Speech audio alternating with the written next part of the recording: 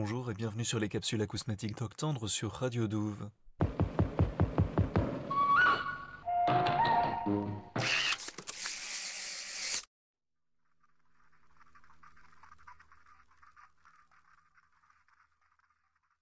Aujourd'hui, je vous parle de Renata Roman, une artiste sonore brésilienne qui travaille aussi bien dans l'installation sonore que dans la musique expérimentale, le son expérimental en faisant des choses assez noise, assez bruitistes, mais aussi dans la radio et également, et c'est ce qui va nous intéresser un peu aujourd'hui, dans le field recording. Le field recording étant quand on va faire des prises de son dans le monde réel et qu'on les représente soit telles qu'elles ont été prises, soit un peu poétisé, un peu musicalisé lors de concerts par exemple. Alors notamment Renata Roman, elle a fait et elle maintient un peu à jour la carte sonore de Sao Paulo. C'est-à-dire qu'elle va faire des prises de son un peu partout dans Sao Paulo et qu'elle a un site internet pour mettre ces prises de son des différents endroits et on peut écouter comme ça des prises faites sur une carte directement de Sao Paulo.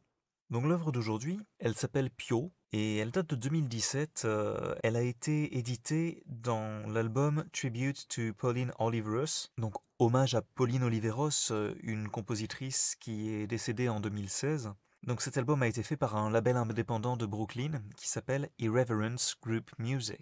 L'album en question, le lien avec Pauline Oliveros, c'est qu'il va contenir des œuvres de compositrices de musique expérimentale, et donc uniquement de femmes. Parce que Pauline Oliveros était engagée dans le féminisme pour aider à ce que on ne parle pas de femmes compositeurs, à ce qu'on reconnaisse le travail des grandes compositrices du passé, et à ce que les programmations s'engagent vers une plus grande représentation des femmes. Étant donné qu'aujourd'hui dans le monde, alors particulièrement dans le milieu de la musique classique, mais également dans le milieu des musiques expérimentales, les femmes sont largement sous-représentées par rapport à ce qu'elles représentent dans la population qui compose. Pauline Oliveros, c'est aussi elle qui a introduit le terme de deep listening, de écoute profonde. Une écoute profonde qui ici, du coup, je reviens à Renata Roman, qui a composé avec un field recording et qui l'a justement poétisé, musicalisé en le filtrant, en le déformant un peu, ce qui fait que c'est un peu une sorte de paysage sonore qui va miroiter, un paysage sonore qu'on entend réel mais qu'on entend à la fois comme à travers une vitre. Quelque chose de très doux en fait ici. Et donc je vais vous laisser écouter Pio de Renata Roman. Bonne écoute.